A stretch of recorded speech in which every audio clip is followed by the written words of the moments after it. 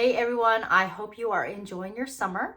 Let's talk about today glutathione supplements and some tips on how to increase your glutathione. And I'm going to be sharing with you some of the results I had based on actual blood tests that I've had. Now, I do want to first emphasize that just because some of these things didn't work for me or worked for me, it doesn't mean that it's going to be the same results for you. So let's get into it. All right, so first of all, one of the most accurate ways that you can measure glutathione levels in your body, as you know, is a blood test, right? A blood test is actually going to be a snapshot of what the actual glutathione levels were in your blood at the time the blood was drawn. There's another way that you can take it, and that is the Dutch test. Now, the Dutch test can measure not just glutathione levels, but hormone levels, your thyroid levels, all different types of stuff that it can measure. And it can be just a tad bit more accurate than the blood test, because the blood test is basically that one snapshot, where the Dutch test, it measures all the different levels based on all the different times. So you have to actually measure this all different times during the day and evening. So that can be a little bit more accurate. So I did both.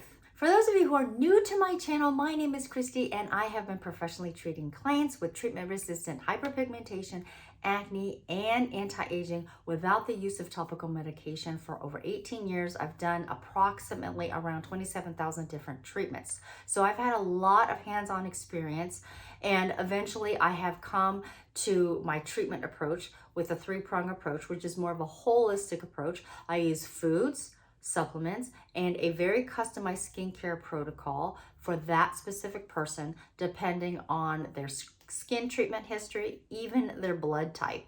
So how this glutathione supplement video has come about is my own journey. After I got over COVID, I could not seem to get back on track. And prior to that, I never had any health issues, never struggled with fatigue, and I could work like an Energizer bunny. But everything changed after I got over COVID. Now, for those of you who are thinking that I got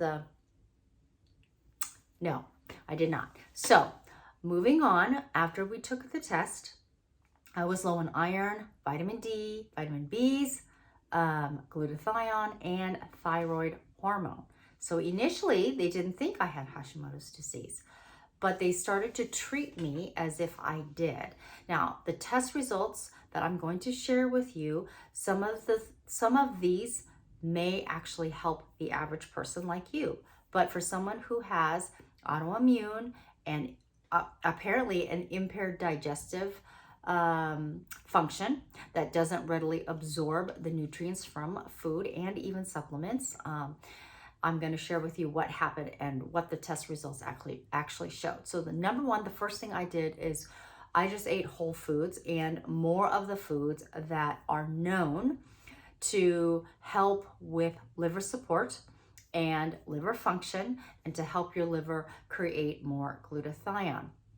When I did a blood test several months later, it showed no marked improvement. So for those of you who are watching and just the average person that doesn't have any of these known issues, this may be just enough. Number two, what I did was I continued to eat the whole foods that help with liver function, support liver function.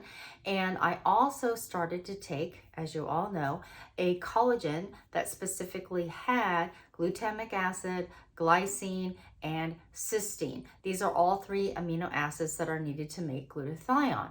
When I took the blood test again, it did show some improvement in my glutathione levels, which was good, but still below the levels of normal levels. So then, finally, step three, I'm fast forwarding all of this, but in step three, I started to take a liposomal glutathione. Now, studies have shown that when you're taking a glutathione supplement, liposomal tends to be more readily absorbed than regular glutathione tablets. And you can also take one that's sublingual, which means it melts underneath your tongue.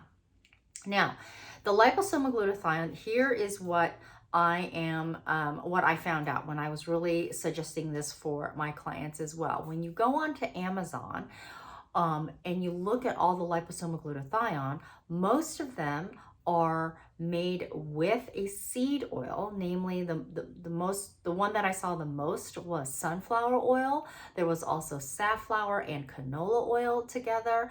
And so here you are trying to take glutathione, increase your glutathione levels, but you're taking it, for some people who don't know, don't read the ingredients, with a processed seed oil. There was actually quite a few, even the best sellers. So one of the ones that I take, and I actually had my clients initially taking one that had extra virgin olive oil, but then they switched it.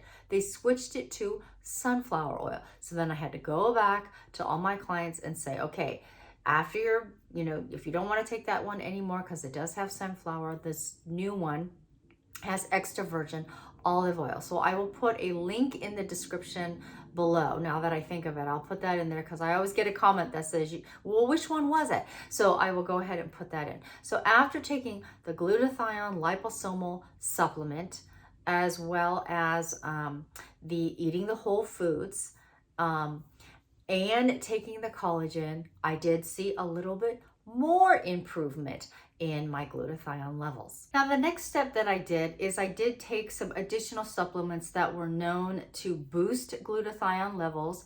And when the active form of glutathione turned into the inactive form, these antioxidants stepped in and reactivated the glutathione levels.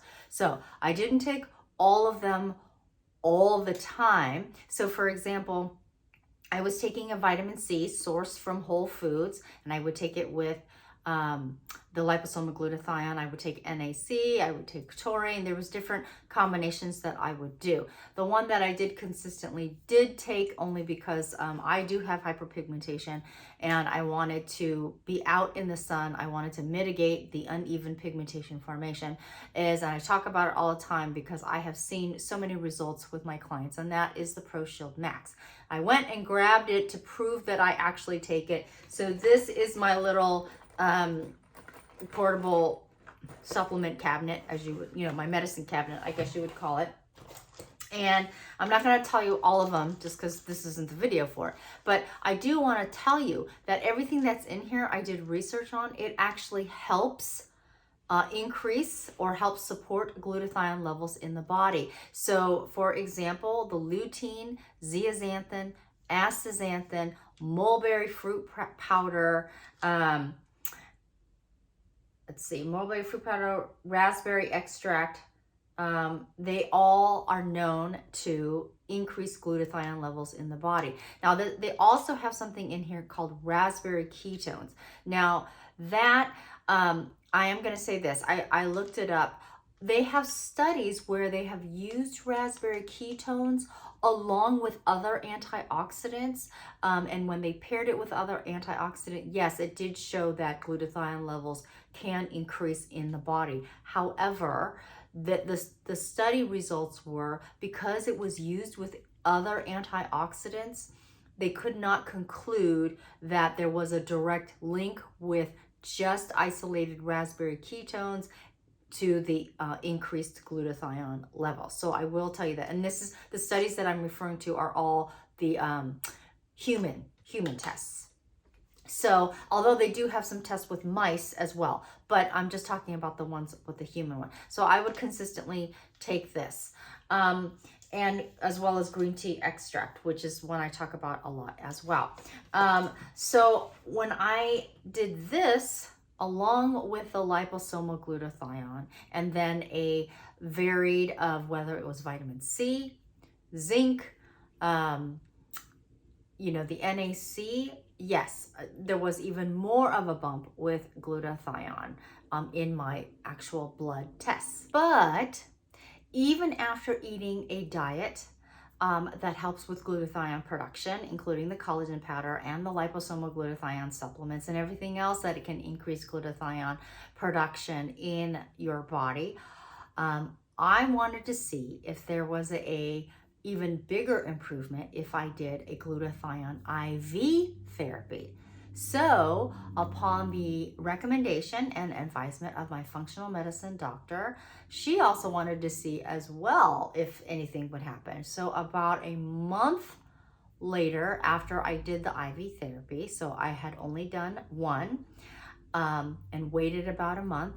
My energy levels lasted a really long time. I thought it would, slowly taper down as the days went by, but I did notice that there was a great improvement for a long period of time as far as my energy levels.